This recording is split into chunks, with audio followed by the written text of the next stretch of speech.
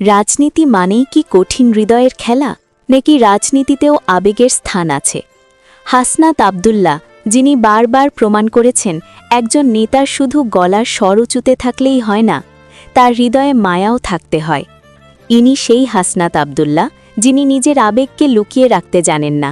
কখনো তিনি কাঁদেন খেটে খাওয়া গরিব মানুষের কষ্টে, আবার কখনো সাধারণ মানুষের হাহাকার দেখে তার চোখ ভিজে যায়। এই চোখের পানি কোনো দুর্বলতা নয়, বরং এটি তার মাটির খুব কাছাকাছি থাকার প্রমাণ। আমরা দেখেছি শহীদ ওসমান হাদির বিদায়ে তিনি কিভাবে ভেঙে পড়েছিলেন।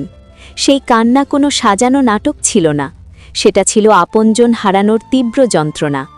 একজন সহযোদ্ধার জন্য এমন বুক ফাটা আর্তনাদই বলে দেয় তিনি কতটা সাদা মনের মানুষ, তার হৃদয় কতটা স্বচ্ছ।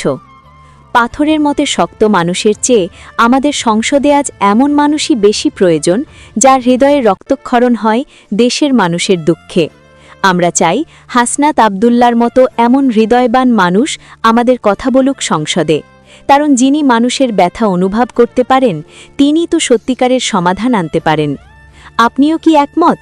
হাসনাত আব্দুল্লার মতো নেতাদের কি সংসদে দেখা উচিত? কমেন্ট করে জানান আপনার মতামত।